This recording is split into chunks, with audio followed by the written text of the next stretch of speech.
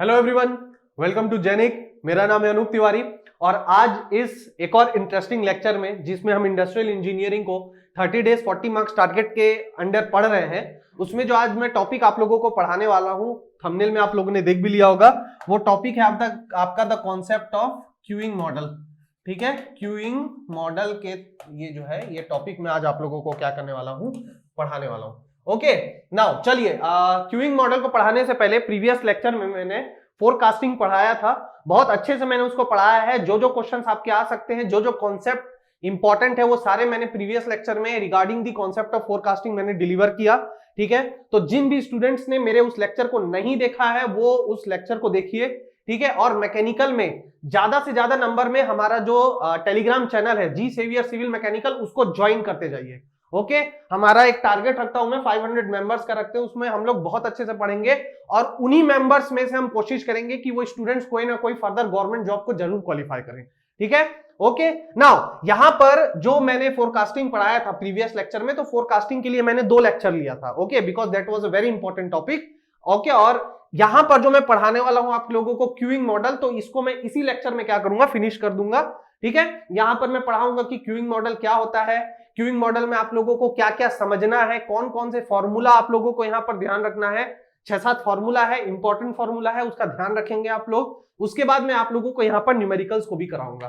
ठीक है, ओके। चलिए, तो फिर यहां पर स्टार्ट करते हैं कि यार क्यूइंग मॉडल क्या होता है। ओके, चलिए, क्यूइंग मॉडल मतलब क्या होता है फ्रेंड्स। आप लोगों ने हमेशा जब डे टू डे लाइफ में आप कहीं भी जाते हैं तो वहां आप लोगों को किसी ना किसी कारण लाइन तो लगना पड़ता है। जैसे आप लोग क्या करते हैं, कहीं भी आप लोग जाते हैं जहां पे आप लोगों को कुछ सर्विस को अवेल करना रहता है। ठीक है, कोई भी सर्विस जो आपको लेनी रहती है, तो जरूरी नहीं है कि आप जहां पर भी जा रहे हैं वहां तुरंत आपको वो सर्विस मिल जाए। तो आप लोग क्या करते हैं, वहां पर आप लोग लाइन लगते हैं। क्यों? क्योंकि बाकी लोग भी वहां पर क्या करते हैं, बाकी लोगों को भी वो सर्विस चाहिए रहती है। ठीक है, तो यहां पर जो ये क्यूइंग मॉडल है, इस क्यूइंग में बेसिकली हम लोग क्या कर रहे हैं, बेसिकली हम लोग यहां पर लाइन मैनेजमेंट देख रहे हैं। क्या कर रहे हैं हम लोग यहां पर, लाइन मैनेजमेंट। ठीक है, अब लाइन में क्या होता है भाई, बहुत सारी चीजें हैं इसमें, हम लोग क्या क्या पढ़ेंगे, बहुत सारी चीजें होती है। ठीक है, यहां पर देखिए क्या होता है, मैं इसको अच्छे से समझाऊंगा प्रॉपर डायग्राम के साथ। यहां पर एक सिस्टम होता है। ठीक है, सिस्टम में एक सर्वर होता है, मतलब एक ऐसी जगह होती है जहां पर आपको जो सर्विस है वो अवेल की जाती है। ठीक है, जिसे हम काउंटर कहते हैं। अब उस काउंटर में आप जाते हैं, वहां पर आप क्या करते हैं, सर्विस लेते हैं, और आपके साथ साथ भी और लोग रहते हैं जो आपके पीछे लगे रहते हैं, या फिर जो आप लोगों के क्या लगे रहते हैं, आगे लगे रहते हैं। ठीक है, नाउ यहां पर आप लोग जो क्यूइंग करते हैं, यानी कि जो आप लोग लाइन लगाते हैं सर्विस के लिए, ये आप लोग डे टू डे लाइफ में कहां देखते हैं, ये आप लोग डे टू डे लाइफ में देखते हैं। जब आप लोग, अगर मैं एग्जांपल दूं तो रेलवे काउंटर में अगर आप जाते हैं, रेलवे काउंटर। ठीक है, अगर मैं यहां पर बात करूं आप लोगों से रेलवे काउंटर की, ठीक है, अभी मैं थोड़ा सा थ्योरेटिकल एस्पेक्ट में बात कर रहा हूं, न्यूमेरिकल पॉइंट पे भी आएंगे हम लोग। तो यहां पर क्या होता है, रेलवे काउंटर में जाते हैं। रेलवे काउंटर में क्यों जाते हैं, अगर आपको कोई टिकट करवाना है तो उसके लिए आप जा सकते हैं, अगर आप लोगों को टिकट कैंसिल कराना है उसके लिए भी आपको लाइन लगनी पड़ती है। ठीक है, अगर आप लोग बिल पेमेंट के लिए जाते हैं, ठीक है, अगर आप लोग किसी के बिल पेमेंट के लिए जाते हैं, ठीक है, हम सबके साथ कभी ना कभी हुआ ही होगा, हमारे मम्मी पापा हमको हाथ में बिल और पैसा थमा देते थे और बोलते थे जाके दे के आओ। ठीक है, हम घंटों भर लाइन में लगे रहते थे, लाइन में देखते थे कि काउंटर में जो आदमी इतना स्लो स्लो काम कर रहा है, जहां पर हमको 1 घंटे में काम हो जाना था, 3-3 घंटा लगा रहा है। क्या करें, करना पड़ता था, हमको लाइन में लगना पड़ता था। नहीं करेंगे तो फिर हम लोग को फाइन पटाना पड़ता था। तो ये सब भी एक प्रॉब्लम हमको अपनी लाइफ में फेस करना पड़ा है। अभी तो यार, अभी तो हर चीज ऑनलाइन हो गई है, तो ये सब चीजें बड़ी आसान हो गई है। लेकिन कुछ चीजें ऑनलाइन नहीं हो सकती हैं, कुछ चीजें हमेशा ऑनलाइन नहीं हो सकती है। फॉर एग्जाम्पल, सबसे अच्छा एग्जाम्पल है जब आप डॉक्टर्स के पास जाते हैं। ठीक है, जब आप डॉक्टर्स के पास जाते हैं तो डॉक्टर्स को जब आप अपना इलाज बताएंगे तो ऑनलाइन तो आप अपना इलाज नहीं बताओगे ना, कि सर मुझे पेट खराब है, तो आप ऑनलाइन लिख रहे हैं sir I am having a stomach ache. ठीक है, तो डॉक्टर बोलेगा okay do like this, okay take this medicine. तो मेडिसिन तो ऑनलाइन नहीं लोगे ना, मेडिसिन लेने के लिए तो आपको दुकान जाना पड़ेगा, बीमारी दिखाने के लिए तो डॉक्टर के पास जाना पड़ेगा। तो प्रॉब्लम यह है कि डॉक्टर के पास भी जब हम जाते हैं तो वहां पर भी लाइन लगाना पड़ता है, क्योंकि पॉपुलेशन इतनी ज्यादा है। ठीक है, 1.5 अरब की पॉपुलेशन है, तो हर दिन कोई ना कोई तो बीमार पड़ता ही होगा, कहीं किसी को कुछ ना कुछ प्रॉब्लम तो आता ही होगा। अब कुछ लोग अपना रेगुलर चेकअप भी कराने जाते हैं कि भाई कुछ प्रॉब्लम ना हो जाए, हम तो ज्यादा पैसा हम रेगुलर चेकअप कराएंगे। अच्छी बात है भाई, रेगुलर चेकअप कराइए। तो हर केस में आपको क्या करना पड़ता है, जब भी आप इस टाइप की जब सर्विसेज को अवेल करने की कोशिश करते हैं, तो वहां पर कहीं ना कहीं आपको लाइन लगना पड़ता है। ठीक है, ओके सो यहां पर जब हम लोग क्यूइंग मॉडल करते हैं तो यहां पर हम लोग ये जो लाइन मैनेजमेंट करते हैं, तो लाइन मैनेजमेंट में हम लोग एक्चुअली करते क्या है, हम लोग यहां पर ये देखते हैं कि जो लेंथ है, ठीक है, जो भी हम लोग लाइन में लगे हैं वहां पर हमारे पास क्या रहते हैं, वहां पर हमारे पास कस्टमर रहते हैं, कस्टमर का अराइवल रेट क्या होता है, कस्टमर्स की सर्विस रेट क्या होती है, ठीक है। अब भाई लोग आ रहे हैं, वो लाइन में लग रहे हैं, ठीक है, अब लाइन में लगते जा रहे हैं, लेकिन काउंटर वाले के पास भी तो इतनी एफिशिएंसी होनी चाहिए कि वो जो लोग लाइन लग रहे हैं उनका काम वो जल्दी जल्दी करे, ताकि लोगों को बहुत ज्यादा वेट ना करना पड़े, ठीक है। अगर एक इंसान से नहीं हो रहा है तो कंपनी क्या करे कि 2-3 काउंटर्स लगा दे, 2-3 काउंटर्स में 2-3 सर्विस वालों को लगा दे, जो तो उससे क्या होगा, लाइंस की जो लेंथ होगी वो छोटी हो जाएगी। तो यहां पर आप क्या देख रहे हैं, यहां पर लोगों का आना देख रहे हैं, उनको किस रेट से सर्विस मिल रही है, आप वो चीजों को ध्यान में देते हैं। आपकी लेंथ ऑफ द क्यू, जो भी आपकी लाइन लग रही है उसकी लेंथ कितनी होनी चाहिए, ठीक है, लेंथ ऑफ द सिस्टम क्या होता है, तो ये सारी चीजें हम लोग पढ़ेंगे डिटेल्स में एक्चुअली होता क्या है। तो सबसे पहले यहां पर जो मैं आप लोगों को गेट पॉइंट ऑफ व्यू से, देखिए मैं अगर एकदम थ्योरेटिकल बात जाऊं, बहुत सारी बातें बताऊं तो बहुत टाइम लग जाएगा, इसलिए मैं आप लोगों को क्या करूंगा, पॉइंट टू पॉइंट बातें बताऊंगा, ठीक है। तो सबसे पहली चीज जो मैं आप लोगों को यहां पे बताने वाला हूं वो ये है कि मान लीजिए कि हमारे पास एक सिस्टम है, मान लीजिए that we have a system here, ठीक है, ये मेरे पास क्या है, दिस इज अ सिस्टम, ये हमारे पास एक सिस्टम है, और इस सिस्टम में एक काउंटर है, मान लीजिए कि यहां पर एक नहीं दो काउंटर, मान लीजिए एक ये वाला काउंटर है और एक ये वाला काउंटर है, ठीक है।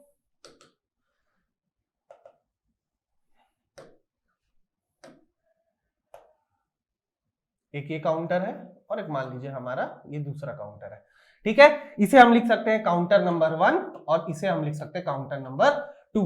अब यहां पर क्या है, यहां पर कुछ लोग लगे होंगे लाइन में, अब ये क्या हो सकता है, ये कुछ भी हो सकता है, ठीक है। मान लीजिए कि आपका बिल पेमेंट ऑफिस है, ये आपका क्या है, ये आपका एक बिल पेमेंट ऑफिस है, ठीक है। मैं ये सब क्यों बता रहा हूं, ठीक है, आपको सब समझ में आ जाएगा।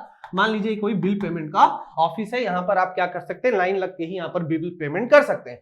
तो यहां पर क्या होगा, यहां पर जो पब्लिक होगी वो लाइन में लगी होगी, ये लो भाई, ये मैंने पब्लिक लगा ली है, मैंने लाइन में लगा ली। यहाँ काउंटर पे एक आदमी बैठा होगा, यहाँ काउंटर पे एक आदमी बैठा होगा जो क्या कर रहा होगा, जो इनको सर्विस प्रोवाइड कर रहा होगा। उसी तरह से इस काउंटर में भी एक आदमी होगा जो इनको सर्विस प्रोवाइड कर रहा होगा, ठीक है, मेरी ड्राइंग पर मत जाइएगा, ओके। सो यहाँ पर भी कुछ लोग लाइन पे लगे होंगे, ठीक है, यहाँ पर भी कुछ लोग क्या लगे होंगे, लाइन में लगे होंगे, ठीक है।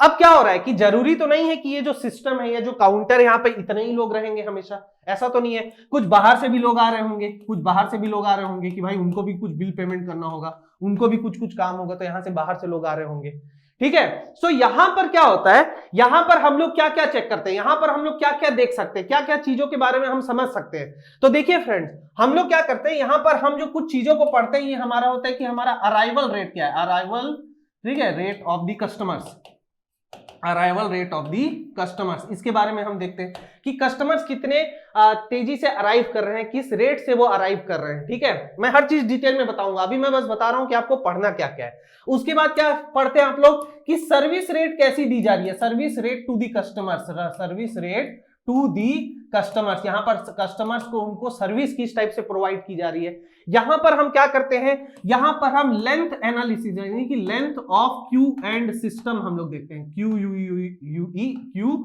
And system. यहां पर हम लोग क्या करते हैं, length of Q and system को देखते हैं। तो ये भी मैं समझाऊंगा क्या होता है, लेंथ ऑफ क्यू क्या होता है, लेंथ ऑफ सिस्टम क्या होता है, दोनों में कोई डिफरेंस होता है क्या, अगर डिफरेंस होता है तो कोई चीज किसी से बड़ी हो सकती है क्या, किसी से छोटी हो सकती है क्या, ये सब भी मैं आपको बताऊंगा। इसके बाद हम क्या करते हैं, इसके बाद हम प्रोबेबिलिटी निकालते हैं, यहाँ पे प्रोबेबिलिटी को कैलकुलेट करते हैं कि कितने प्रोबेबिलिटी है कि कोई इंसान क्या हो जाएगा, जल्दी से वो सर्व हो जाएगा, क्या प्रोबेबिलिटी है कि वो लाइन में लगा रहेगा, क्या प्रोबेबिलिटी है कि वो आइडियल बैठा रहेगा, क्या प्रोबेबिलिटी है वो आइडियल नहीं बैठा रहेगा जब वो लाइन में लगा हुआ है, तो ठीक है, ये सब चीजें देखते हैं। और उसके बाद हम लोग क्या करते हैं, यहाँ पर कॉस्ट एनालिसिस भी करते हैं। क्या करते हैं हम लोग, कॉस्ट एनालिसिस, ठीक है, कॉस्ट एनालिसिस, यहां पर हम क्या करते हैं, कॉस्ट एनालिसिस करते हैं, ठीक है।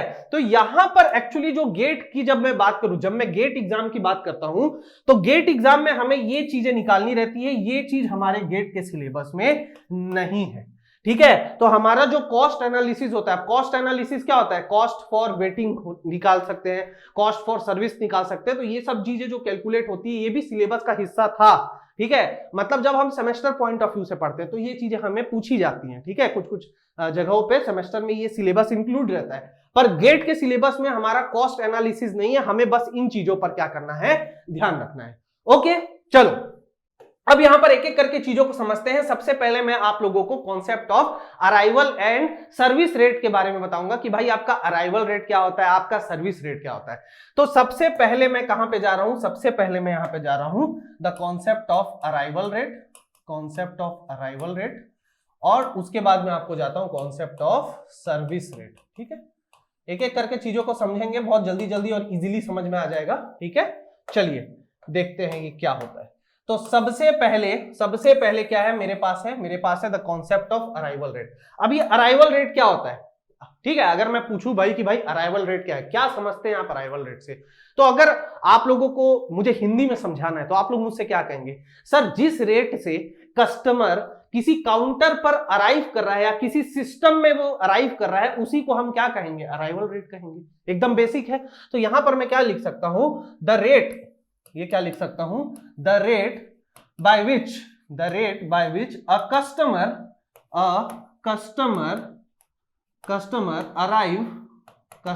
Arrive in a system to be served SERVED।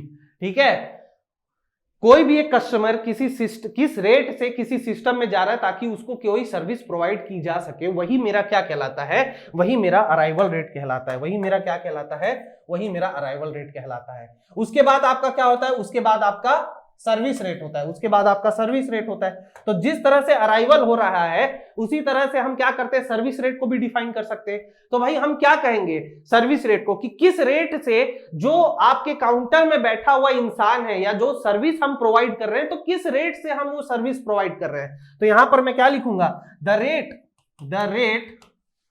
Bye which a customer is served is known as, आप लिख सकते हैं, is known as service rate. ठीक है, अब ये जो हमारी जो अराइवल रेट और जो ये सर्विस रेट जो हम डिफाइन करते हैं, इसको हम पर आवर में डिफाइन करते हैं।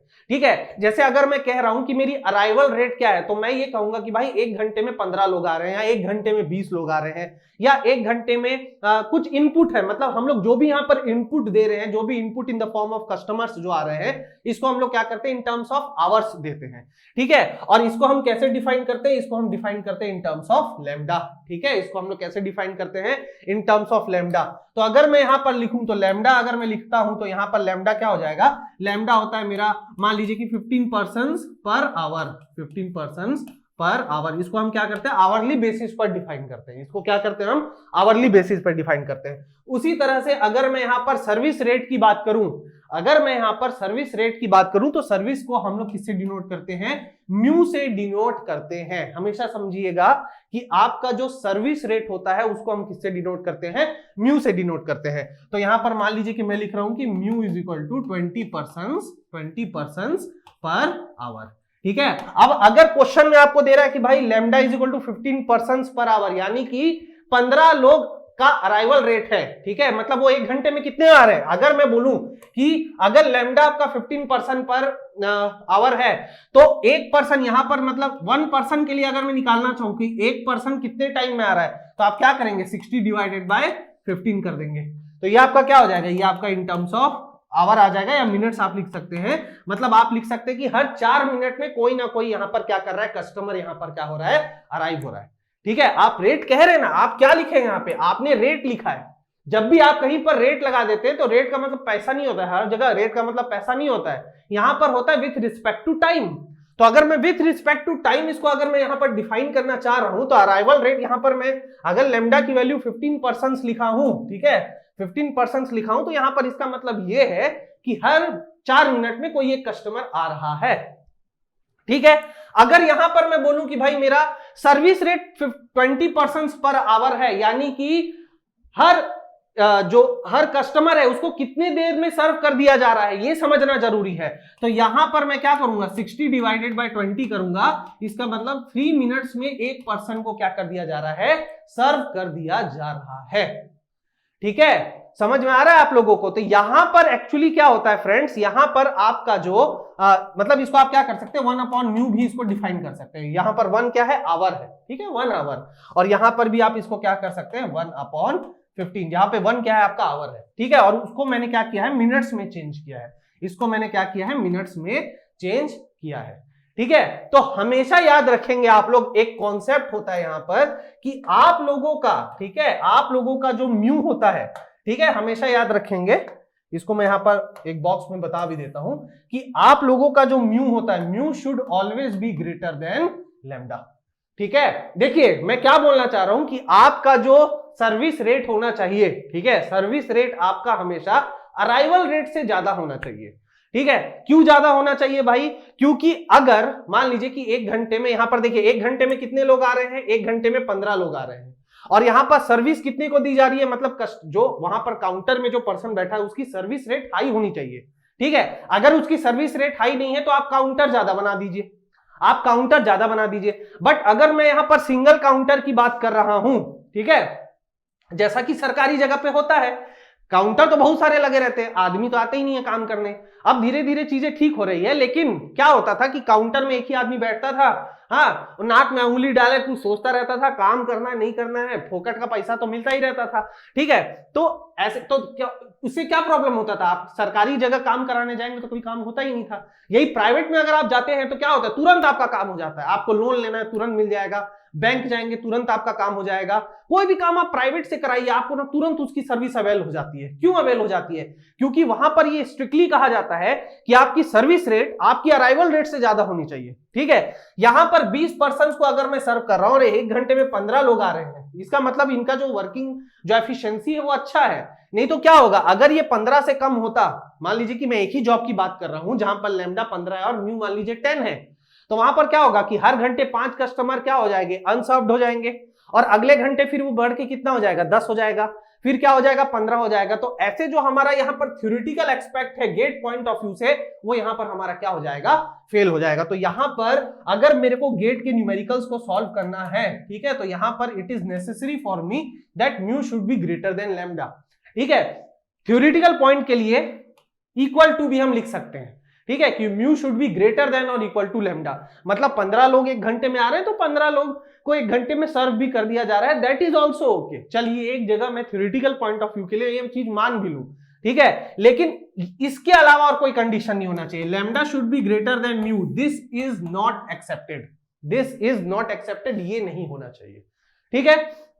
उसके बाद तीसरी चीज क्या, हम क्या पढ़ रहे हैं, अराइवल रेट और सर्विस रेट के बारे में पढ़ रहे हैं। तो यहां पर जो तीसरा पॉइंट होता है, तीसरा पॉइंट ये होता है कि अराइवल रेट इज रैंडम। क्या होता है यहां पर, अराइवल रेट जो होता है ये आपका रैंडम होता है, ये आपका क्या होता है, रैंडम होता है।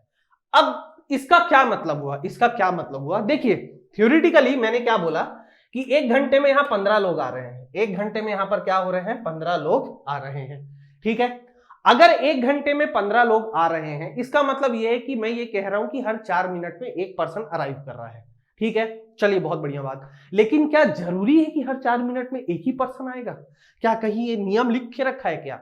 15 लोग आ रहे हैं, वो एक एवरेज हमने मान लिया है कि हाँ 1 घंटे में 15 आ रहे हैं, अगले घंटे 20 आ गए, उसके अगले घंटे 10 लोग आ गए, एवरेज कितने आ गए, 15 लोग हैं। चलिए वेरी गुड, लेकिन वो 15 लोग ऐसा भी तो हो सकता है कि शुरू के 20 मिनट कोई आया नहीं, आखिरी के 40 मिनट आ गए, ऐसा भी हो सकता है। या शुरू के आधे घंटे 10 लोग आए, बाद के आधे घंटे सिर्फ 5 लोग आए, ऐसा भी हो सकता है, ठीक है। तो ये क्या होता है फ्रेंड्स, ये रैंडम होता है, ये कोई रेगुलर बेसिस पे नहीं होता कि हर 4 मिनट बाद कॉन्स्टेंटली एक पर्सन वहां पर अराइव कर रहा है, या कॉन्स्टेंटली बेसिस पर आप क्या हो रहा है, कुछ ना कुछ अराइवल रेट हो रहा है, ऐसा नहीं होता, ये रैंडम होता है। और इसीलिए ये देखिए ये क्या होता है, ये प्रैक्टिकल, ये मैं प्रैक्टिकल लेवल पे आप बात कर रहा हूं, ठीक है। क्योंकि अगर ऐसा नहीं होगा तो फिर तो कभी लाइन बनेगी ही नहीं ना, समझ रहे हैं आप लोग। अगर म्यू आपके लैम्डा से ग्रेटर है और इसको अगर मैं रैंडम नहीं मानूंगा तो वहां तो कभी कोई लाइन फॉर्म ही नहीं होगी। तो अगर कोई लाइन फॉर्म ही नहीं होगी तो हम लोग जो इतना सब पढ़ रहे हैं, फॉर्मूला निकालेंगे, उसका तो कोई मतलब नहीं रह जाएगा, नहीं रह जाएगा। इसलिए यहां पर यह समझना बहुत जरूरी है कि अराइवल रेट आपका क्या होता है,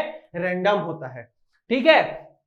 आपका जो ये होता है म्यू जो होता है, यानी कि जो सर्विस रेट होता है, ये रैंडम नहीं होता है, ठीक है, ऐसा नहीं है कि मेरा जब मन करेगा मैं काम करूंगा, मेरा जब मन नहीं करेगा मैं काम नहीं करूंगा, नहीं, जब आपका कस्टमर आएगा तो आपको उसको सर्विस देना पड़ेगा, आपको उसको सर्व करना ही पड़ेगा। तो दिस इज नॉट रैंडम, ये आपका क्या होता है, दिस इज नॉट रैंडम, ये आपका रैंडम नहीं होता है। ठीक है, आपका जो अराइवल रेट होता है वो आपका रैंडम होता है, बट आपका जो सर्विस रेट होता है वो आपका रैंडम नहीं होता है। ठीक है, जो आप अराइवल रेट को जो सॉल्व करते हैं, जब आप अराइवल रेट को न्यूमेरिकली जब आप सॉल्व करते हैं तो इसके लिए जो मेथड अपनाया जाता है वो है पॉइजन्स डिस्ट्रीब्यूशन। इसको जो सॉल्व करने का जो मेथड होता है वो होता है पॉइजन डिस्ट्रीब्यूशन। ठीक है, पॉइजन डिस्ट्रीब्यूशन। ठीक है, और इसको सॉल्व करने का जो मेथड होता है, ठीक है, जो म्यू को हम सॉल्व करते हैं यानी कि जो सर्विस रेट को हम सॉल्व करते हैं, तो इसके लिए जो बेस्ट मैथमेटिकल अप्रोच जो हम लगाते हैं साइंटिफिकली जो प्रूवन है वो होता है एक्सपोनेंशियल मेथड। इसके लिए क्या होता है, एक्सपोनेंशियल मेथड। ठीक है, अब बहुत सारे स्टूडेंट मुझसे पूछेंगे सर कैसे, हमको नहीं समझ में आया, ये 2 पॉइंट हमको समझाओ। तो देखो यार, मैं आप लोगों को एक बात बता देता हूं, ये साइंटिफिकली प्रूवन एक्सपेरिमेंट्स है। ठीक है, ऐसा नहीं होता है कि एक दिन में साइंटिस्ट लोगों ने कोई एक पर्टिकुलर मेथड को उठाया और इसमें डाल दिया। हो सकता है यहां पर उन्होंने एक्सपोनेंशियल मेथड भी लगाया होगा, वहां पर उन्होंने पॉइजन्स लगाया होगा, वहां पर उन्होंने लैग्रेंजियंस मेथड लगाया होगा, टेलर्स मेथड लगाया होगा, बहुत सारा मेथड लगाया होगा। बट जो हमारा मेन सक्सेस, बहुत जो सक्सेसफुली हमारा जो हम लोग को नियरेस्ट पॉसिबल जो आंसर हम लोग को दे रहा था, ठीक है, वो कौन सा मेथड था, वो पॉइजन्स डिस्ट्रीब्यूशन था। और जो सर्विस रेट के लिए जो बेस्ट मैथमेटिकल मेथड जो एकदम नजदीक आंसर दे रहा था वो हमारा क्या था, एक्सपोनेंशियल मेथड था। ठीक है, तो बस आपको अभी इतना समझना है कि अगर मैं अराइवल रेट की बात करूं तो अराइवल रेट को जो बेस्ट मैथमेटिकल जो टूल होता है जो उसको सॉल्व करने के लिए काम आता है वो उसका पॉइजन डिस्ट्रीब्यूशन होता है, और आपके सर्विस रेट के लिए वो क्या होता है, एक्सपोनेंशियल मेथड होता है। चलो भाई, अब ये चीजें तो मैंने बता दी। अच्छा, सर्विस रेट के बारे में भी थोड़ा सा मैं और यहां पर डिस्कस कर लेता हूं। अगर मैं यहां पर बताऊं तो सर्विस रेट, ठीक है, अब देखिए सर्विस रेट डिपेंड आपका कर जाता है, किस पे डिपेंड कर जाता है, सर्विस रेट आपका डिपेंड कर जाता है आपके अराइवल रेट पे। ठीक है, मान लीजिए कि कोई कस्टमर आ ही नहीं रहा है तो उसको सर्विस भी नहीं दी जाएगी, सिंपल सी बात है ना। ठीक है, एक डॉक्टर है, मान लीजिए सबसे अच्छा एग्जांपल मैं लेता हूं, बहुत अच्छा एग्जांपल है। यहां पर मान लीजिए कि कोई डॉक्टर है, ठीक है, कोई डॉक्टर के क्लिनिक की बात कर रहा हूं मैं। अब कुछ डॉक्टर्स होते हैं जो बड़े फेमस होते हैं, उन लोग क्या बोलते हैं कि यार मैं कुछ पर्सन को, मतलब उन लोगों का क्या होता है कि डिपेंड करता है। कुछ डॉक्टर्स बड़े मूडी टाइप के होते हैं, उन लोगों का रहता है कि मैं एक दिन में 20 पेशेंट से ज्यादा नहीं देखूंगा, मैं एक दिन में 40 पेशेंट से ज्यादा नहीं देखूंगा। कुछ डॉक्टर्स ऐसे होते हैं कि भाई पेशेंट आते रहो, हम देखते जाएंगे, भाई पैसा बन रहा है, आप सिर्फ उनके पास बैठ जाओ, उन्होंने पर्ची फाड़ी, मतलब आपका 300-500 का बिल बन गया, बिल बन गया, चाहे आप दवाई लो या ना लो। ठीक है, उसकी पर्सनल फीस है, तो भाई उसको क्या घाटा जा रहा है, उसको तो बस आपका प्रॉब्लम देखना है, उसको तुरंत पर्ची में लिखना है, 2 रुपए का पेन उसका लगा नहीं और आपको 500 का बिल फाड़ दिया। ठीक है, तो कुछ डॉक्टर्स वैसे भी होते हैं। तो मान लीजिए कि आपका अगर सर्विस रेट की अगर मैं बात करूं तो मान लीजिए कि अगर आपका अराइवल बिल्कुल है ही नहीं तो वहां पर आपकी सर्विस भी नहीं होगी, वहां पर क्या होगी, बिल्कुल सर्विस भी नहीं होगी। अब एक्सपोनेंशियल जो मैंने यहां पर लिखा है कि भाई ये एक्सपोनेंशियल होता है, तो एक्सपोनेंशियल क्या होता है, देखिए अगर मैं कोई एक्सपोनेंशियल ग्राफ बनाऊं, अगर मैं कोई एक्सपोनेंशियल ग्राफ बनाऊं तो एक्सपोनेंशियल ग्राफ कैसे बनेगी, वो आपकी एक्सपोनेंशियल ग्राफ ऐसे बनती है, e to the power x की जो ग्राफ होती है। ठीक है, y इज इक्वल टू, अगर मैं लिखूं यहां पर y is equal to e to the power x की ग्राफ बनाइए तो e to the power x की जो ग्राफ होती है वो ऐसे होती है। वो यहां पर इस y एक्सिस को कहां पे कट करती है, इंफिनिटी में, और यहां पर भी वो x एक्सिस को कहां काटेगी, इनफाइनाइट में काटेगी। तो ये मेरा x एक्सिस है और ये मेरा क्या है, y एक्सिस है। ठीक है, यहां पर क्या होता है, y एक्सिस में हम क्या लिखते हैं, y एक्सिस में हम टाइम पैरामीटर को लिखते हैं, और यहां पर हम क्या लिखते हैं, क्वांटिटी को लिखते हैं। क्वांटिटी मतलब नंबर ऑफ कस्टमर्स, यहां पर क्वांटिटी के बदले आप क्या लिख सकते हैं, नंबर ऑफ कस्टमर्स के बारे में भी लिख सकते हैं, नंबर ऑफ कस्टमर्स। अब थोड़ा ध्यान से समझिए, ठीक है, मान लीजिए कि मैं डॉक्टर क्लिनिक की ही बात कर रहा हूं, अगर बहुत सारे पेशेंट्स आएंगे, ठीक है, अगर बहुत सारे पेशेंट्स आएंगे तो डॉक्टर क्या करेगा, तुरंत आपका प्रॉब्लम देखेगा, हाँ भाई क्या प्रॉब्लम है, हाँ सर में बहुत दर्द हो रहा है, हाँ ये वाला दवाई खा लेना, पैरासीटामोल खा लेना, क्रोसिन खा लेना, जाओ जाओ जाओ। ठीक है, अगर बहुत कम कस्टमर आता है, भाई बहुत कम लोग आ रहे हैं, बहुत कम पेशेंट्स आ रहे हैं उसको दिखाने के लिए, तो आएगा बोलेगा, अरे शर्मा जी कैसे, आप बैठिए बैठिए बैठिए, क्या दिक्कत हो गया शर्मा जी, अरे सर पांव में बड़ा दर्द हो रहा है, अच्छा कैसे, कब से हो गया ये सब, ठीक है सर ये 4 दिन से हो रहा है, क्यों अभी जॉगिंग वॉगिंग नहीं करते हो क्या, नहीं सर करता हूं लेकिन पता नहीं अचानक से दर्द हो गया, हाँ वो ढंग का खाना नहीं खा रहे होंगे, भाभी से लड़ाई कर रहे होंगे, इस टाइप की बातें कर रहे हो। मतलब वहां पर क्या हो रहा है, वहां पर अगर कस्टमर कम है आपका तो वो डॉक्टर ज्यादा टाइम दे रहा है, लेकिन अगर कस्टमर बहुत ज्यादा है तो डॉक्टर आपको कम टाइम दे रहा है। तो देखिए यहां पर मैं क्या कर रहा हूं, यहां पर अगर मैं नंबर ऑफ कस्टमर, इसकी मैं लाइन बना रहा हूं, ये नंबर ऑफ कस्टमर्स की लाइन है और ये टाइम की है, ये टाइम का ये लाइन है, ठीक है। तो अगर आपके कस्टमर कम है तो आपका टाइम क्या है, ज्यादा है। अगर आपका कस्टमर ज्यादा है तो देखिए आपका टाइम क्या है, कम है, ठीक है। प्रूफ हो रहा है ना कि जो मैं पढ़ा रहा हूं कुछ कुछ सही है, ठीक है। क्यों हम एक्सपोनेंशियल मान के चल रहे हैं। ये एक ग्राफ बन रहा है और आपका दूसरा ग्राफ कैसा बन रहा है, आपका दूसरा ग्राफ ये वाला बन रहा है, ये भी आपका दूसरा ग्राफ बन रहा है, ठीक है। तो यहां पर एक ग्रीन रीजन है और एक येलो रीजन है। येलो रीजन ये दर्शा रहा है कि कस्टमर ज्यादा है तो टाइम कम, और ग्रीन रीजन ये दिखा रहा है कि कस्टमर कम तो टाइम ज्यादा। इसीलिए हमारा जो सर्विस रेट होता है ये कैसा होता है, एक्सपोनेंशियल होता है, ठीक है। ये चीज मैंने आपको क्या करा दी, विजुअलाइज करा दी, ठीक है।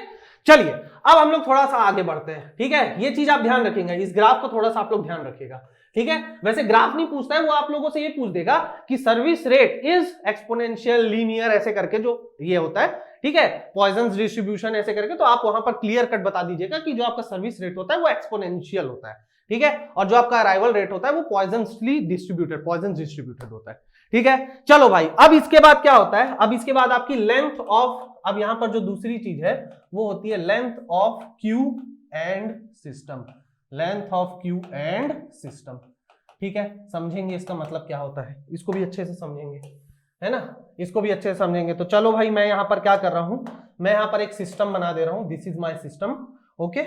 और यहां पर मैं काउंटर बना दे रहा हूं, ये है मेरा काउंटर।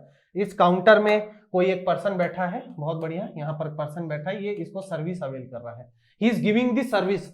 यहां पर क्या है, लाइन लगी हुई है, 1, यहां पे है 2, यहां पर है 3, यहां पर है 4, ठीक है, ये मान लीजिए 5, ओके। सो यहां पर ये क्या है, ये आपकी लाइन लगी हुई है, दिस इज योर लाइन, ये आपकी लाइन लगी हुई है, ठीक है। ये आपका सिस्टम है, ये आपका क्या है, ये आपका सिस्टम है, ठीक है। ये आपका काउंटर है, दिस इज योर काउंटर, जहां से आपको सिस्टम, जहां से आपको सर्विस को अवेल करना है।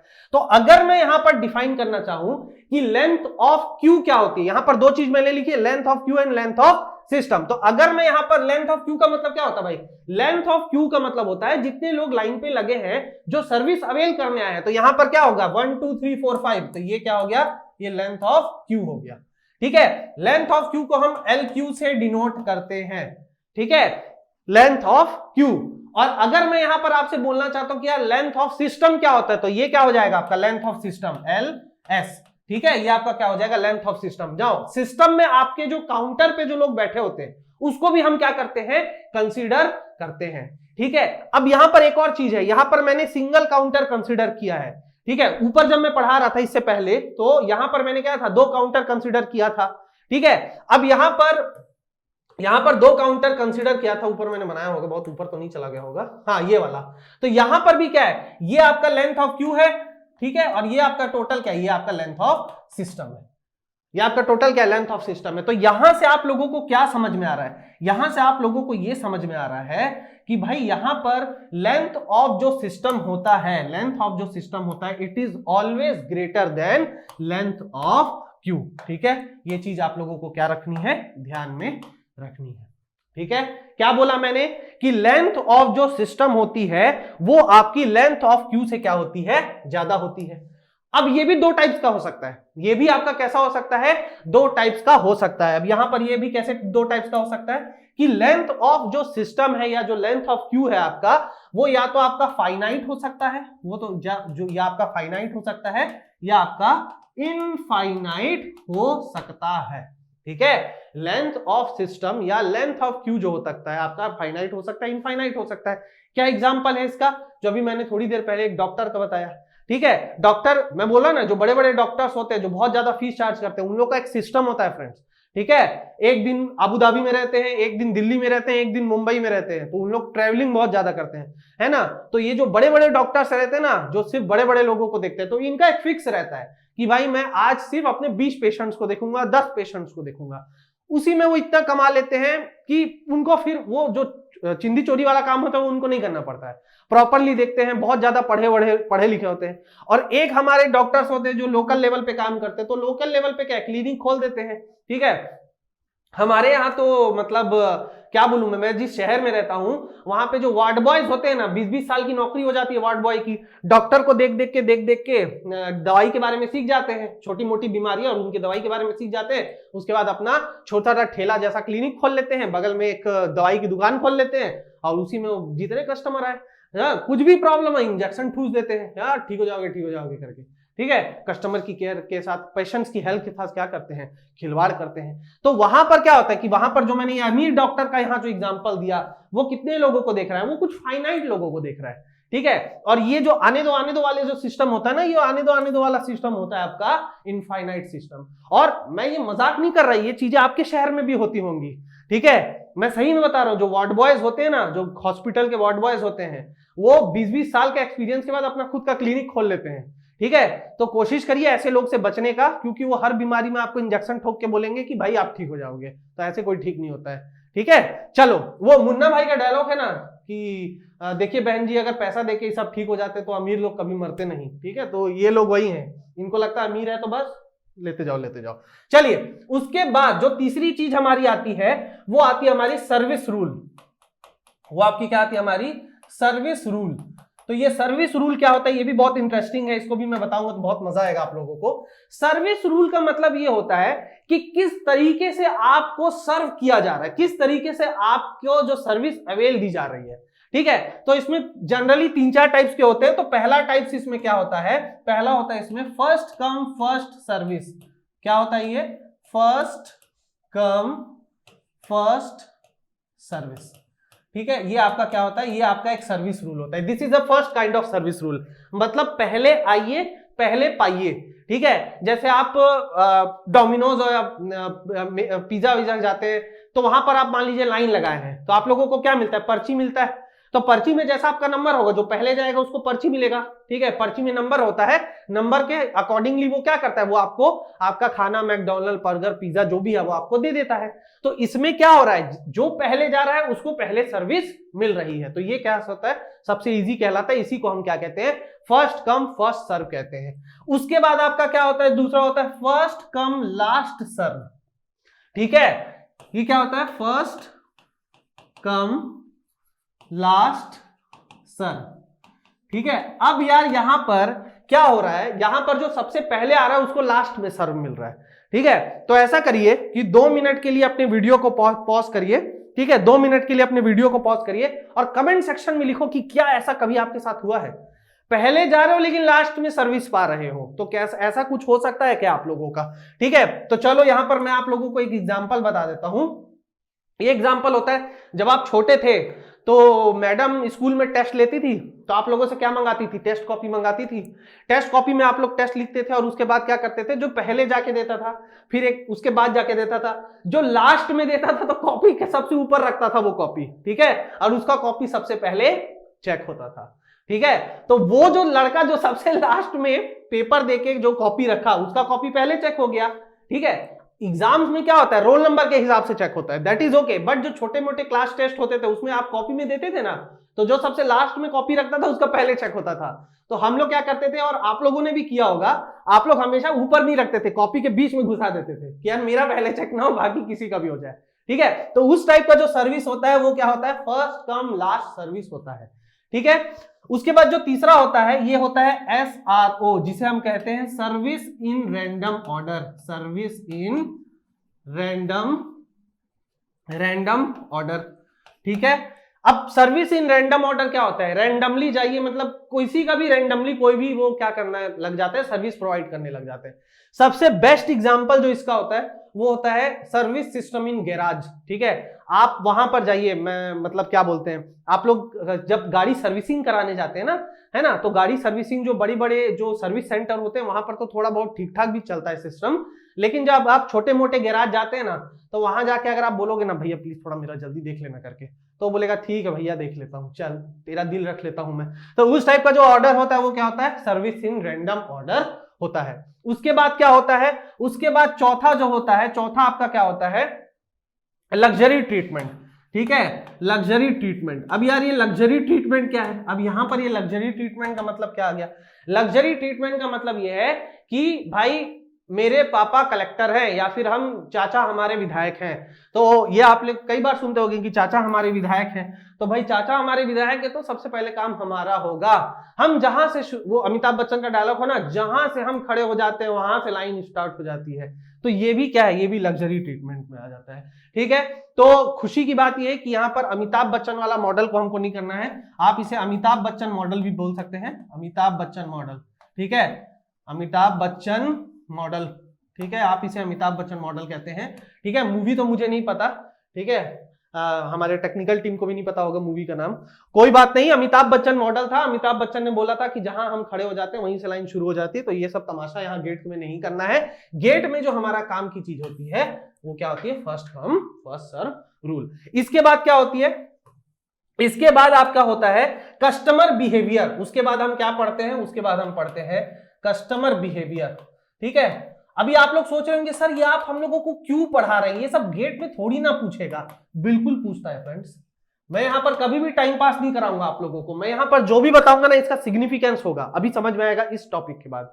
तो यहां पर हम लोग क्या करते हैं? कस्टमर बिहेवियर को करते हैं। तो कस्टमर जो आपके लाइन में लगते हैं, जो सर्विस अवेल करने जाते हैं, वो दो टाइप्स के होते हैं, ठीक है। एक होते हैं पेशेंट, ठीक है, एक होते हैं पेशेंस जिनके अंदर बड़ा पेशेंस होता है, PATIENCE, एक के अंदर बड़ा पेशेंस होता है, और दूसरे होते हैं वो बड़े इम्पेशेंस होते हैं, ठीक है, वो क्या होते हैं? बड़े इम्पेशेंस होते हैं, PATIENCE, ये स्पेलिंग का बड़ा चुल्लूचा है मेरे साथ, PATIENCE, थोड़े स्पेलिंग्स आप लोग चेक कर लीजिएगा।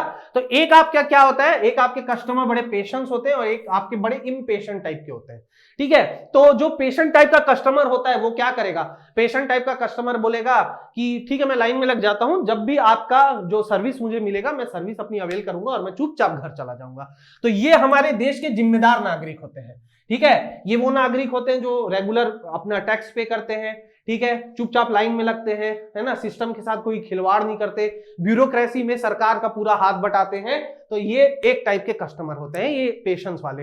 एक हमारे होते हैं जो भारत में 90% लोग होते हैं, और वो होते हैं इम्पेशेंस टाइप ऑफ कस्टमर, ठीक है। ये ऐसे लोग होते हैं जो हमारे ब्यूरोक्रेसी की धज्जियां उड़ा के रख देते हैं, ठीक है। अब ये कैसे करते हैं मैं आप लोगों को समझाता हूं। इसमें भी आपके 4 टाइप्स होता है, इसमें भी आपका क्या होता है?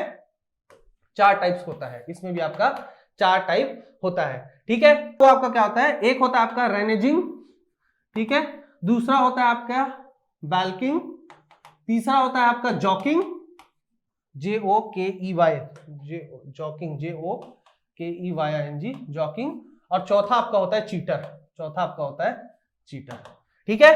तो यहां पर आपके जो इम्पेशेंस जो होते हैं वहां पर ये 4 टाइप्स के होते हैं, रेनेजिंग, बैल्किंग, जॉकिंग और चीटर, ठीक है। अब ये भी कभी कभी एग्जाम में पूछ लिया जाता है, मुझे तो नहीं लगता कि कभी एग्जाम में पूछा गया होगा भी कि नहीं क्या होगा, फिर भी आप लोग इसको सीख लीजिए, ठीक है। स्पेलिंग में अभी भी कह रहा हूं, एक बार चेक कर लीजिएगा, लेकिन कॉन्सेप्ट में आपको समझा देता हूं। जो ये पहले टाइप के कस्टमर होते हैं, रेनेजिंग होते हैं, वो कैसे होते हैं कि मान लीजिए कि ये जो कस्टमर है ये पहले गए कहीं सर्विस को अवेल करने, फॉर एग्जांपल मान लीजिए बिजली बिल पटाने गए। क्यों बिजली बिल पटाने गए? क्योंकि भाई घर वालों ने बोला कि आज आखिरी डेट है, जाके पटा दे, वरना 20 रुपए फाइन लगेगा, वरना क्या होगा? 20 रुपए फाइन लगेगा। अब ये लाइन में लग गए, अब लाइन में 15-20 मिनट आधे घंटे तक लाइन लगे हैं, उसके बाद अचानक से दोस्त का फोन आता है, चलना भाई घूमने चलते हैं, मस्त मूवी लगी है, देख के आते हैं, वैसे भी आज संडे का दिन है, छुट्टी है यार। तो बोलता है नहीं यार मैं नहीं जाऊंगा, मैं अभी लाइन में लगा हूं, ठीक है, तो मैं तो अभी नहीं जा सकता, ठीक है। तो दोस्त बोलेगा अबे चलना यार, क्या होगा, 20 रुपए ज्यादा ही देना पड़ेगा ना, कल दे देना, ठीक है, जब इतना खर्चा कर ही रहा है। कितने का बिल है? तो बोलता है भाई 800 रुपए का बिल है। जब 800 रुपए दे रहा है तो 20 रुपए भी दे ही देना ना भाई, कल लग जाना। तो लड़का सोचता है हाँ यार बात तो गलत नहीं है, 20 रुपए दे देते हैं। तो वो पर्सन जो लाइन में लगते हैं लेकिन बीच में लाइन को छोड़ देते हैं, तो उनको क्या कहते हैं? रेनेजिंग कहते हैं, ठीक है। उसके बाद क्या होता है, अब इसको आप अपने वर्ड्स में लिख देना। अब इसको मैं अपने वर्ड्स में कैसे समझाऊं, इसको मैं इंग्लिश में कैसे लिखाऊं, ठीक है, तो समझाने पर्पस के लिए मैं कर रहा हूं। उसके बाद आपका क्या होता है? उसके बाद आपका बैल्किंग होता है। बैल्किंग में क्या होता है? आए देखने, ठीक है, देखे कि इतनी लंबी लाइन है, बाबा रे मैं तो आज नहीं जाऊंगा, मैं बाद में आ जाऊंगा, ठीक है। ये लोग क्या कर रहे थे? ये लोग लाइन में लग रहे थे, बट आफ्टर सम टाइम ये लाइन को छोड़ देते हैं, ठीक है। दूसरे क्या होते हैं? बाल्किंग, ये लाइन में लगते ही नहीं है, ये शुरू में ही देखते हैं लाइन बड़ी लंबी है, चले जाते हैं, शुरू में ही हार मान लेते हैं, नहीं हो पाएगा भाई मेरे से। तीसरे टाइप के जो लोग होते हैं वो होते हैं जॉकिंग। ठीक है, जॉकिंग में क्या होता है कि वो शुरू में आते हैं, लाइन लग जाते हैं, उसके बाद उन लोग ना एनालाइज करते हैं, एक आपका वो है काउंटर है, वहां पे दूसरा काउंटर है, वहां पे तीसरा काउंटर है, तो उन लोग पहले एनालाइज करते हैं कि भाई कौन सा काउंटर का जो आदमी है ज्यादा तेजी से काम कर रहा है। तो देखते हैं भाई बीच वाला काउंटर का ना आदमी बड़ा तेज है, ठीक है, इसके कस्टमर लोग जल्दी जल्दी हिल रहे हैं, तो क्या करता है बीच वाले लाइन में, जो बीच वाला काउंटर की जो लाइन लगी है वहां पे जाके वो लग जाएगा। तो इस टाइप का जो सिस्टम होता है, इस टाइप के जो लोग होते हैं उनको कहते हैं जॉकिंग। ठीक है, चौथे जो होते हैं वो हमारे चैंपियन टाइप के लोग होते हैं, उन्हीं को हम कहते हैं चीटर्स। ठीक है, अब चीटर्स क्या होता है भाई, चीटर वो होता है कि भाई मेरा फाइल है थोड़ा पहुंचवा देना, मालिक साहब को थोड़ा दिखा दो मेरा फाइल है। प्यून है, प्यून बोलेगा नहीं अभी तो वो बिजी है, मीटिंग में है, तो आप धीरे से क्या करेंगे 500 का पत्ता निकाल के उसके हाथ में देंगे और उसको बोलेंगे देख ले भाई, अब देख लो बिजी है कि नहीं। बोलते हैं ये हुआ ना साहब, अब आप किए ना काम की बात, अब वो तुरंत आपका फाइल ले जाएगा, तुरंत आपको क्या करा देगा, मैनेजर से मिला देगा, आपका काम हो जाएगा। तो इस टाइप के जो लोग होते हैं जो हमारे देश की ब्यूरोक्रेसी की धज्जियां उड़ा के रखते हैं, उन्हीं को हम क्या कहते हैं, चीटर्स कहते हैं। ठीक है, अब ये सब हमने क्यों पढ़ा, अब यार अब आप लोग सोचेंगे कि अनूप सर हम लोगों ने ये सब क्यों पढ़ा, आपने लगभग यहाँ पे 1 घंटा हम लोग को सिर्फ यही सब बता दिया कि यार ये सब होता क्या है। उसका कारण यह है कि जो गेट पॉइंट ऑफ व्यू से जो हम लोग यहाँ के सिलेबस है, आपका जो मॉडल हम लोग पढ़ते हैं, है ना, गेट में जो मॉडल हम लोग पढ़ते हैं, गेट में जो मॉडल हम लोग स्टडी करते हैं फॉर क्यूइंग, ठीक है, QUEUING, क्यूइंग मॉडल पढ़ते हैं, वो मॉडल होता है केंडाल नोटेशन। वो मॉडल आपका कौन सा होता है, वो मॉडल आपका होता है केंडाल नोटेशन। क्या मॉडल होता है आपका, केंडाल नोटेशन। अब यहां पर जो केंडाल नोटेशन होता है वो कैसा होता है, वो होता है A/B/C/D/E/F। ठीक है, कुछ बुक्स में इसे केंडाल एंड ली नोटेशंस भी कहते हैं, बट मैं यहां पर आप लोगों को सिर्फ केंडाल नोटेशन से यहां लिख के बता देता हूं, इतना ही आपको लिखना है।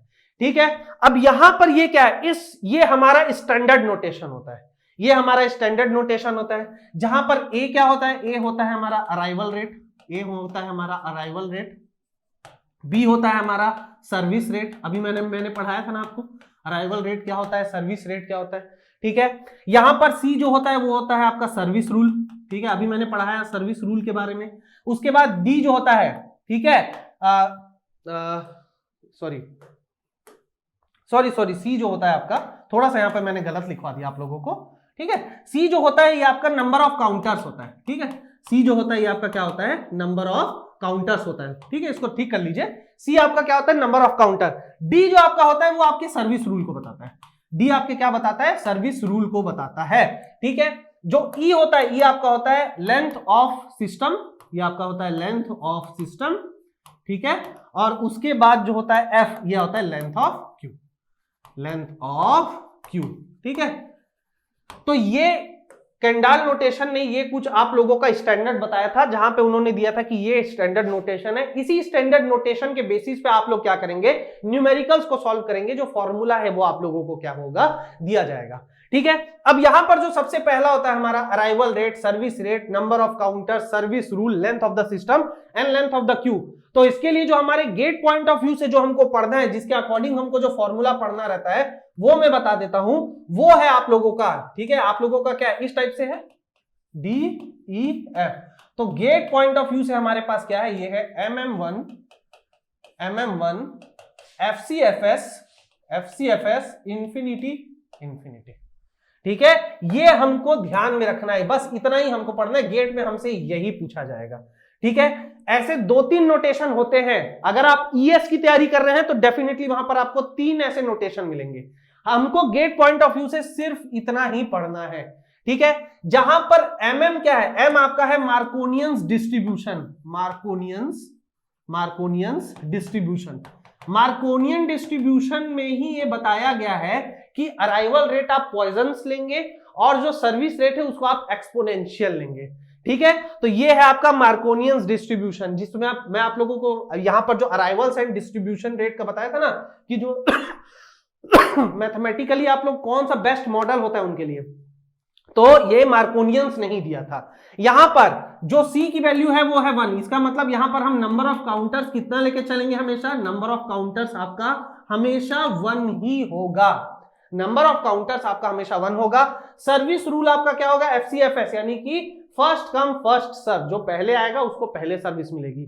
और लेंथ ऑफ द क्यू और लेंथ ऑफ द सिस्टम, यहां पर क्या हो रहा है, length of the Q length of the system दोनों हम इनफाइनाइट मान के चल रहे हैं। तो इसके अकॉर्डिंग हमारा क्या है, सारे फॉर्मूला यहां पर हम लिखेंगे, सारे फॉर्मूला हम यहां पर पढ़ेंगे। ओके, चलिए अब मैं आप लोगों को इंपॉर्टेंट फॉर्मूलाज बता देता हूं। What are the important formulas, what are the important formulas to be learned, important formulas. चलो भाई, इंपॉर्टेंट फॉर्मूलाज के बारे में भी मैं बता देता हूं, ठीक है। सबसे पहले हम लोग क्या पढ़ते हैं, सबसे पहले होता है हमारा अराइवल रेट। सबसे पहले अभी मैंने पढ़ाया इसको, अराइवल रेट। ये क्या होता है, इसको हम कहते हैं लैम्डा, इसको हम क्या कहते हैं, लैम्डा, ठीक है। उसके बाद होता है हमारा सर्विस रेट, उसके बाद क्या होता है हमारा सर्विस रेट होता है। इसको हम किससे डिनोट करते हैं, इसको हम म्यू से डिनोट करते हैं, ये तो हमने देख लिया है। उसके बाद एक और बहुत ही इंपॉर्टेंट टर्म आता है, वेरी वेरी इंपॉर्टेंट टर्म, जिसे हम कहते हैं यूटिलाइजेशन फैक्टर। क्या कहते हैं हम, यूटिलाइजेशन फैक्टर। बस ये फॉर्मूला लिखते जाओ, ज्यादा दिमाग मत लगाना। यूटिलाइजेशन फैक्टर को हम रो से डिनोट करते हैं और इसकी वैल्यू होती है लैम्डा बाय म्यू। इसकी वैल्यू क्या होती है हमारी, लैम्डा बाय म्यू। तो ये आप नोट कर लेंगे, इसको आप नोट कर लेंगे, ये आपका यूटिलाइजेशन फैक्टर है। अब मैंने आपको क्या पढ़ाया था, मैंने आपको पढ़ाया था कि यहां पर जो म्यू होता है वो हमेशा लैम्डा से क्या होना चाहिए, ज्यादा होना चाहिए। तो आपका जो रो होता है यानी कि यूटिलाइजेशन फैक्टर, ये लेस देन इक्वल टू क्या होता है, 1 होता है। क्यों लेस देन इक्वल टू 1 होता है, because mu is greater than और इक्वल टू लैम्डा, ठीक है। ये आपका फॉर्मूला हुआ। तो हम यहां से हमने इसको किया और यहां से हमने यहां से हम कंक्लूड किए कि रो हमारा लैम्डा बाय म्यू होता है, और क्योंकि म्यू हमारा लैम्डा से ग्रेटर देन इक्वल टू होता है तो रो मेरा लेस देन इक्वल टू 1 होगा, ठीक है। कोई डाउट नहीं होना चाहिए इसमें। अच्छा, यूटिलाइजेशन फैक्टर को हम यहां पर यह भी डिफाइन करते हैं कि क्या प्रोबेबिलिटी है कि यहां पर जो एक कस्टमर है उसको वेट करना पड़ रहा है, ठीक है। अब मैं क्या बोल रहा हूं यहां पर, इसका मतलब कि मैंने क्या बताया, probability that a customer need to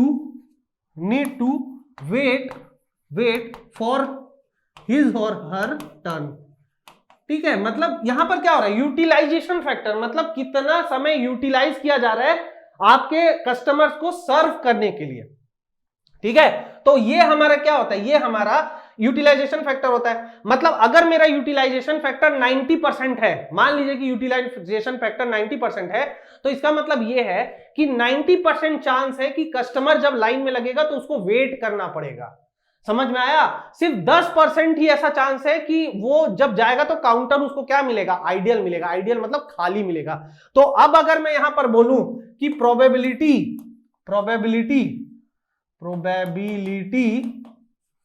that a counter is ideal मतलब क्या चांस है कि उसको काउंटर खाली मिलेगा। तो यहां पर क्या हो जाएगा, ये हो जाएगा 1 माइनस रो, ठीक है। इसको हम क्या कहते हैं, 1 माइनस रो। और इसी को हम किससे डिनोट करते हैं, इसी को हम पी नॉट से डिनोट करते हैं। तो यहां से मैं क्या लिख सकता हूं, P not is equal to 1 minus rho, ठीक है। इसको हम क्या कह सकते हैं, 1 माइनस रो। ओके, अब यहां पर एक और फॉर्मूला मेरे पास आता है। एक और फॉर्मूला क्या होता है, यहां पर एक और फॉर्मूला होता है probability that n number of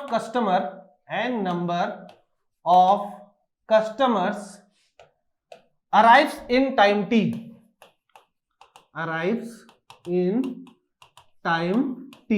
मतलब यहां पर मैं वो प्रोबेबिलिटी निकाल रहा हूं जब मेरे n number of customer time t पर आएंगे।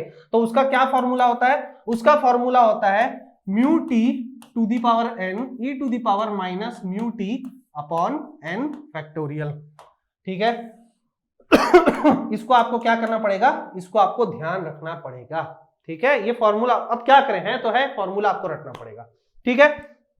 तो एक क्या है, probability that n number of customers arrives in time t। तो ये क्या होता है, mu T to the power n e to the power minus mu T upon n factorial. कितने फॉर्मूला होते जा रहे हैं आप लिखते जाइए, ठीक है। एक आपका फॉर्मूला ये हो गया, दिस इज 1, ठीक है। एक आपका फॉर्मूला हो गया 2, ठीक है। एक आपका ये फॉर्मूला हो गया 3, ये आपका थर्ड फॉर्मूला। उसी तरह से चौथा क्या होता है, उसी तरह से चौथा होता है कि प्रोबेबिलिटी दैट, सॉरी यहां पर आपका यहां पर थोड़ा सा आपको ध्यान देना पड़ेगा, क्या लिखा है मैंने यहां पर, probability that n number of customer arrives है, तो यहां पर फ्रेंड्स यहां पर आपका लैम्डा आ जाएगा। प्लीज आप लोग इसको थोड़ा सा ठीक कर लीजिए, यहां पर लैम्डा। देखिए अराइवल रेट हम किससे देखते हैं, अराइवल रेट हम लैम्डा से देखते हैं ना, तो यहां पर क्या प्रोबेबिलिटी है कि मेरे n number of customer arrive कर रहे हैं, तो यहां पर आपका क्या आ जाएगा, लैम्डा आ जाएगा। ठीक है, अगर मैं उल्टा लिख रहा हूं कि probability that n number of customers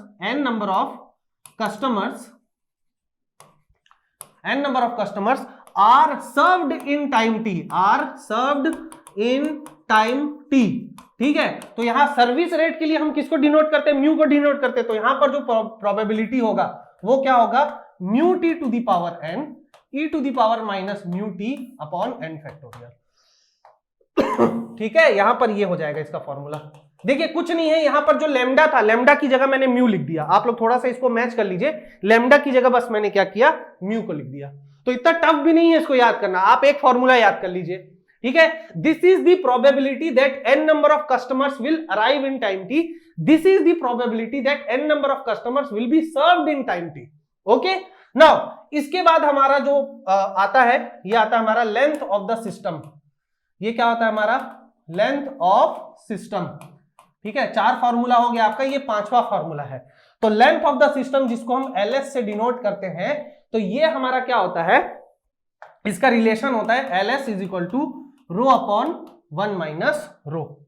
ठीक है, जहां पर रो आपका क्या है, यूटिलाइजेशन फैक्टर है, जहां पर रो आपका क्या है, यूटिलाइजेशन फैक्टर है। ओके, सो ls क्या होता है आपका, रो अपॉन 1 माइनस रो। अब अगर मैं इसको लैम्डा और म्यू के टर्म्स में लिखना चाहता हूं, तो रो की वैल्यू लिख दीजिए, rho is equal to lambda by mu, तो यहां पर क्या हो जाएगा, ls की वैल्यू क्या हो जाएगी, lambda by mu upon 1 minus lambda by mu. तो इसको जब आप सॉल्व करेंगे तो ये आ जाएगा mu, lambda upon mu minus lambda. तो यहां पर जो आपकी लेंथ ऑफ द सिस्टम है वो आपकी आती है lambda upon mu minus lambda, हाँ, और ये आपकी क्या आती है, रो अपॉन 1 माइनस रो। ठीक है, तो ये आपका फॉर्मूला है, आप इन दोनों को यूज कर सकते हैं। ठीक है, आप इन दोनों को यूज कर सकते हैं। ठीक है, इसके बाद आपका क्या होता है, length of Q U E U ई। ठीक है, अब यहां पर आप लोगों को ज्यादा दिमाग नहीं लगाना पड़ेगा, अगर आप लेंथ ऑफ द सिस्टम को समझ लिए हैं, तो लेंथ ऑफ क्यू की जो वैल्यू होती है वो क्या होती है, length of system is equal to length of queue plus utilisation factor. ठीक है, यहां पर लेंथ ऑफ सिस्टम की जो वैल्यू होती है वो क्या होती है, length of queue plus utilisation factor. आप बस ये रिलेशन को याद रखिए, आप बस क्या करिए, इस रिलेशन को याद रखिए। ठीक है, इससे 2 फॉर्मूला निकल के आ जाएगा। अब यहां से अगर सिर्फ आप इस रिलेशन को याद रखेंगे तो आपको 2-3 फॉर्मूला याद करने की जरूरत नहीं पड़ेगी, मैं बता रहा हूं क्यों। देखिए अभी हमने पढ़ा ls की जो वैल्यू होती है वो होती है लैम्डा अपॉन 1 माइनस लैम्डा। तो lq की वैल्यू इन टर्म्स ऑफ में लैम्डा, सॉरी, रो अपॉन 1 माइनस रो, तो लेंथ ऑफ q जो है मैं ये रो के टर्म्स में भी निकाल सकता हूं और लैम्डा और म्यू के टर्म्स में भी मैं निकाल सकता हूं। ठीक है, सो यहां पर अगर मैं वैल्यू पुट करूंगा तो LQ की वैल्यू क्या आ जाएगी, रो अपॉन 1 माइनस रो माइनस 1, यही आ जाएगी। तो यहां से जब आप इसको सॉल्व करेंगे तो ये आएगा रो स्क्वायर अपॉन 1 माइनस रो। ठीक है, ये किसकी वैल्यू आ रही है, लेंथ ऑफ क्यू की वैल्यू आ रही है। ये किसके टर्म्स में आई, इन टर्म्स ऑफ रो में आ गई। अब अगर मैं इसको लैम्डा बाय म्यू के टर्म्स में निकालता हूं तो ये वैल्यू आपकी क्या आ जाती है, मैं लिख देता हूं, ये आपकी आ जाती है lambda square upon mu into mu minus lambda. आप सॉल्व करके देखिएगा, आपको ये फॉर्मूला निकल के आ जाएगा। ठीक है, अब यहां पर 2 फॉर्मूला याद करने से अच्छा है कि आप ये रिलेशन याद कर लीजिए। बस आप बस क्या याद करिए, लेंथ ऑफ द सिस्टम क्या होता है, रो अपॉन 1 माइनस रो, खत्म। अब रो जो है हमारे यूटिलाइजेशन फैक्टर, उसकी वैल्यू क्या होती है, लैम्डा बाय म्यू, वो आप पुट कर लेंगे तो ये फॉर्मूला निकल के आ जाएगा, ये फॉर्मूला निकल के आ जाएगा। ठीक है, और अगर आपको ls पता है, ठीक है, तो आपको पता होना चाहिए कि ls जो है LQ प्लस रो होता है। ठीक है, आपको ये रिलेशन पता है तो आप यहां से LQ की वैल्यू निकाल लेंगे इन टर्म्स ऑफ रो, और LQ की value in terms of lambda in mu भी आप क्या कर लेंगे, कैलकुलेट कर लेंगे। ठीक है, तो ऐसे आपको बहुत ज्यादा फॉर्मूला याद रखने की कोशिश, मतलब जरूरत नहीं पड़ेगी। इसके बाद हमारे पास एक आता है लिटिल्स लॉ, उसके बाद हमारे पास आता है लिटिल्स लॉ। ठीक है, लिटिल्स लॉ, कोई वैज्ञानिक होंगे उन्होंने कुछ लॉ दिया था, ठीक है, उसको भी मैं बता देता हूं। लिटिल्स लॉ क्या था? लिटिल्स लॉ के अकॉर्डिंग, लिटिल्स लॉ के अकॉर्डिंग जो वेट जो भी हमको वेट करना पड़ता है किसी भी सिस्टम में, ठीक है, इन टर्म्स ऑफ आवर जो हमको वेट करना पड़ता है, ये हमारा क्या होता है? ये हमारा होता है length of the system divided by the arrival rate, ठीक है, यानी कि लैम्डा। और उसी तरह से अगर मैं वेटिंग टाइम इन क्यू को लेकर चलूं तो ये भी मेरा क्या होता है? एल क्यू बाय लैम्डा, ठीक है। तो ये मेरा क्या आ गया? ये भी मेरा एक फॉर्मूला आ गया। इसी को हम क्या कहते हैं? लिटिल्स लॉ कहते हैं, ठीक है। यही मेरा क्या होता है? लिटिल्स लॉ, ठीक है। तो ये आपका थ्योरेटिकल हो सकता है क्वेश्चंस आप लोगों का पूछ ले, है ना, मल्टीपल चॉइस क्वेश्चंस है, तो आपसे पूछ देगा which of the following equation represents the Littles law, तो ये दोनों इक्वेशन आपको दे देगा, ठीक है। तो वहां पर आप क्या करेंगे? इन दोनों को सही कर सकते हैं। अब देखिए यहां पर ध्यान दीजिए, आपको एलएस की वैल्यू पता थी तो आप एलक्यू निकाल लिए।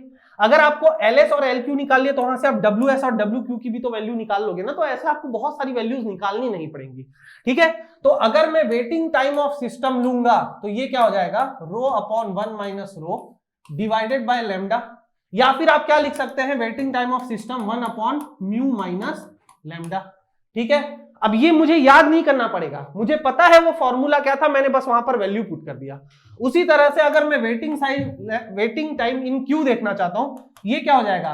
रो square upon 1 minus rho divided by lambda, या फिर मैं इसको क्या लिख सकता हूं? Lambda upon mu minus lambda, ठीक है। तो ये भी मैं क्या कर सकता हूं? लिख सकता हूं। तो यहां पर मैंने टोटल आप लोगों को कितना फॉर्मूला बता दिया? यहां पर मैंने आप लोगों को कम से कम 6, 7 या 8 फॉर्मूला बता दिया, और मैंने बताया भी था कि आपको 6, 7 फॉर्मूला यहां पर याद करना पड़ेगा, और आपके पास कोई चारा नहीं है, ये आपको याद करना ही पड़ेगा। इससे आपके क्वेश्चंस आप क्या करेंगे? सॉल्व करेंगे, ठीक है। समझ में आया? तो आप लोगों के पास क्या क्या फॉर्मूला है, चलिए मैं आप लोगों को बता देता हूं। पहले आप लोगों के पास यूटिलाइजेशन फैक्टर का फॉर्मूला है, वो होता है लैम्डा बाय म्यू, ये आपका पहला फॉर्मूला है, ठीक है। This is your first formula, ठीक है। दूसरा आपका क्या है? दूसरा है आपका जो आपको probability that you do not have to wait, या फिर probability that counter will be ideal, ये क्या होता है? 1 माइनस लैम्डा, ये क्या होता है? 1 माइनस लैम्डा बोल रहा हूं यार बार बार, 1 माइनस रो, ठीक है, 1 माइनस रो, ठीक है। उसके बाद आपके पास क्या होता है? उसके बाद तीसरा फॉर्मूला आप लोगों के पास होता है length of the system. Length of the system क्या होता है? ये होता है रो अपॉन 1 माइनस रो, ठीक है, और lambda upon mu minus lambda, ये आपका एक फॉर्मूला होता है, इसको आप नोट डाउन कर लीजिए, ठीक है। उसके बाद चौथा आपका क्या होता है? चौथा आपका होता है लेंथ ऑफ क्यू, ये क्या होता है? रो स्क्वायर अपॉन 1 माइनस रो, या फिर ये क्या हो सकता है? और आप इसको क्या लिख सकते हैं? Lambda square by mu minus lambda, ये आपका एक फॉर्मूला हो सकता है, इसको भी आप नोट डाउन कर लीजिए। इसके बाद आपका क्या फॉर्मूला होता है? फिफ्थ पॉइंट, ये आपका होता है waiting time in a system, ठीक है। तो आप इसको इन टर्म्स ऑफ बस लैम्डा लिख दीजिए, तो 1 अपॉन म्यू माइनस लैम्डा, ठीक है, ये आपका एक फॉर्मूला हुआ। और उसके बाद आपका क्या होता है? Waiting time in a Q, ये क्या होता है आपका? Lambda upon mu minus lambda, ठीक है। अभी खत्म नहीं हुआ है, अभी खत्म नहीं हुआ है, मैंने आप लोगों को और दो फॉर्मूला क्या पढ़ाया था? यहां पर मैंने आप लोगों को पढ़ाया था probability that n number of customers arrive in time t, तो यहां पर वो प्रोबेबिलिटी क्या आती है? वो probability in terms of lambda आता है, वो क्या आता है? Lambda t to the power n e to the power minus lambda t upon lambda upon n factorial. और उसके बाद अगर मैं यहां पर निकालना चाहूं कि probability of n customer served in time t, तो यहां पर क्या होता है? p म्यू के हिसाब से मैं इसको लिख सकता हूं mu t to the power n e to the power minus mu t upon n factorial, ठीक है। तो ये जो फॉर्मूलाज है, इतना सारा फॉर्मूला आपको क्या करना पड़ेगा? इतना सारा फॉर्मूला आप लोगों को याद करना पड़ेगा। एक दो फॉर्मूला और है, बट मैं यहां पर चीजों को कॉम्प्लिकेट नहीं करना चाहता, ठीक है। इतना आप लोग कर लीजिए, इससे ज्यादा दिमाग नहीं लगाना पड़ेगा, ठीक है, इससे ज्यादा आपको दिमाग नहीं लगाना पड़ेगा। और सच बताऊं तो ये दो फॉर्मूला भी आपसे नहीं पूछा गया है बार बार, ठीक है, हार्डली कभी एक क्वेश्चन आ गया होगा तो आ गया होगा। आपको बस ये चीजें यहां पर ध्यान रखनी है, ये सारी चीजें, ठीक है। ये चीजें अगर आप ध्यान रखेंगे तो आपको क्वेश्चंस बन जाएंगे। फॉर एग्जांपल मैं कुछ क्वेश्चन ले लेता हूं, ओके। यहां पर क्वेश्चन देखिए थोड़ा, a work station, at a work station, अच्छा ठीक है, at a work station 6 jobs arrive in a single minute. किसी वर्क स्टेशन में 1 मिनट में 6 जॉब अराइव करते हैं। The mean time spent on each job in the work station is 1 by, ये Q दिख रहा है, ये 1/9 है, ठीक है। The mean steady state member of jobs in the system is, बहुत इजी क्वेश्चन। अभी इससे इजी क्वेश्चन क्या हो सकता है, और मैं इसके बारे में आप लोगों को एक बात भी बताऊंगा, पहले मैं क्वेश्चन सॉल्व कर लेता हूं। आप लोगों को यहां लैम्डा की वैल्यू दे दी गई है कि लैम्डा की वैल्यू 6 है, मतलब 1 मिनट में 6 आपका क्या होता है, जॉब्स अराइव हो रहा है। अब आप बोलेंगे सर आपने तो आवरली बेसिस पे किया था, तो भाई इसको आप चाहो तो आवरली बेसिस पे भी निकाल लो, ठीक है, कि 1 मिनट में 6 आ रहा है तो 1 घंटे में कितना आ रहा है, 1 घंटे में आपका आ जाएगा 6 × 60 यानी कि 360। पर इतना आपको दिमाग मत लगाओ, आपको जो लैम्डा और म्यू दोनों इन टर्म्स ऑफ मिनट दे रहा है तो मिनट पे ही लिख लो ना, कोई दिक्कत नहीं है, ठीक है। अब आपको बोल रहा है कि 1 मिनट में, मतलब जो उसका सर्विस रेट हो रहा है वो 1/9 मिनट है। तो अगर मैं यहां पर म्यू निकालना चाहूं तो म्यू क्या हो जाएगा भाई, जो 1/9 मिनट में एक हो रहा है, मतलब एक आपका जॉब क्या हो जा रहा है, फिनिश हो जा रहा है। तो 1 मिनट में कितना होगा भाई, एक जॉब आपका 1/9 मिनट में हो रहा है, तो 1 मिनट में कितना होगा, 1/1/9, यही होगा ना। एक जॉब 1/9 मिनट में हो रहा है तो 1 मिनट में कितना होगा, 1/1/9।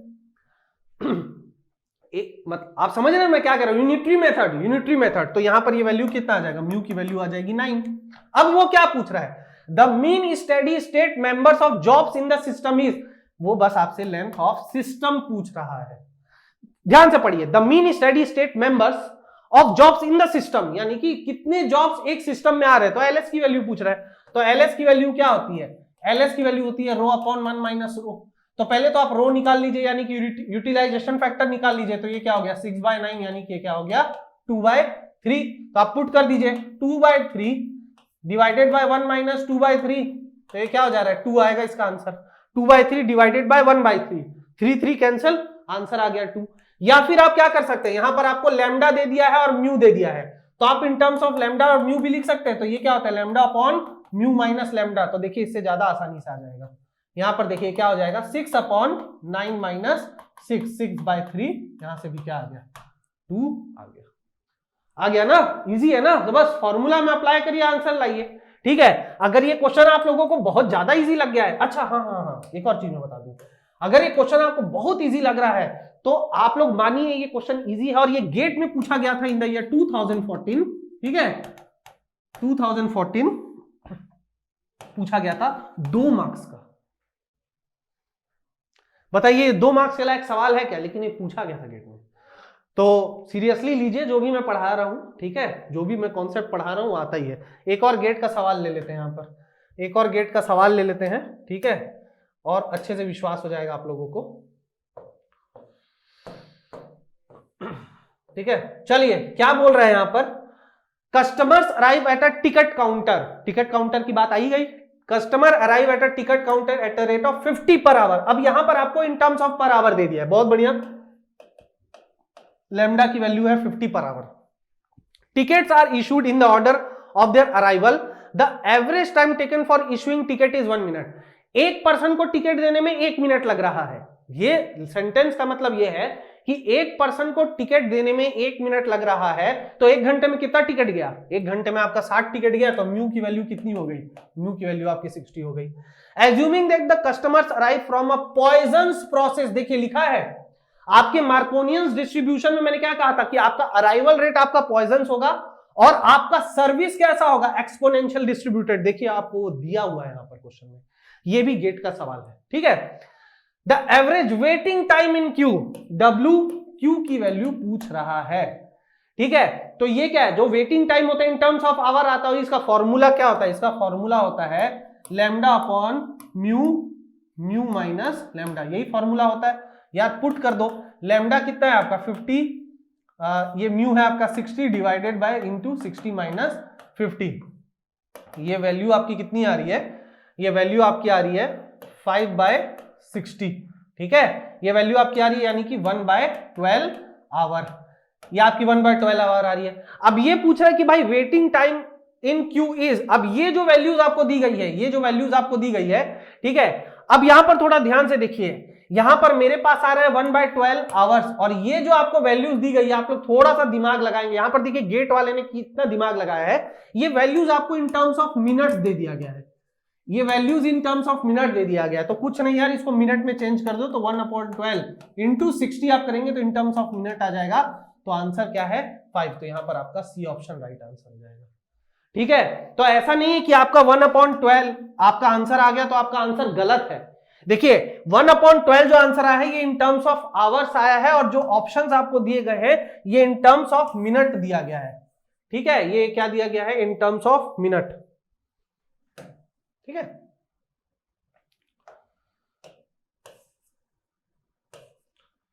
ये इन टर्म्स ऑफ मिनट दिया है, तो यहां मिनट देखिए 5 मिनट्स यहां पर आंसर। ओके, सो ये रहा क्यूइंग मॉडल का ये सिलेबस, यहां पर क्यूइंग मॉडल खत्म होता है। नेक्स्ट लेक्चर में मैं क्या करूंगा, सीक्वेंसिंग को आप लोगों को पढ़ाऊंगा, बहुत अच्छे से सीक्वेंसिंग मॉडल जो है वो मैं आप लोगों को यहां पर बताऊंगा। ठीक है, उसके बाद हम लोग और भी जो वर्क स्टडी और ये सब प्रोडक्शन प्लानिंग कंट्रोल ये सब भी हम देख लेंगे, लीनियर प्रोग्रामिंग देख लेंगे, और फिर आपका सिलेबस ऑलमोस्ट ओवर हो जाएगा। ठीक है, तो बहुत ज्यादा यहाँ पर पढ़ने को नहीं है आप लोगों के पास। ठीक है, तो ओके फ्रेंड्स, अगर आप लोगों को मेरा लेक्चर अच्छा लगा हो तो प्लीज मेरे लेक्चर को लाइक जरूर कर देना। ठीक है, शेयर कर दो, सब्सक्राइब कर दो चैनल को, अपने दोस्तों को दिखाओ ये सब, और हमारे टेलीग्राम ग्रुप को जरूर ज्वाइन करना। वहां पर मैं असाइनमेंट देना स्टार्ट मैंने कर दिया है, पर अभी तक कुछ बच्चे सीरियसली असाइनमेंट नहीं बना रहे हैं, तो आप उसको डेफिनेटली करिए। ठीक है, ठीक है, फिर नेक्स्ट लेक्चर में आप लोगों से मुलाकात होगी, तब तक के लिए अपना ख्याल रखें। Thank you so much.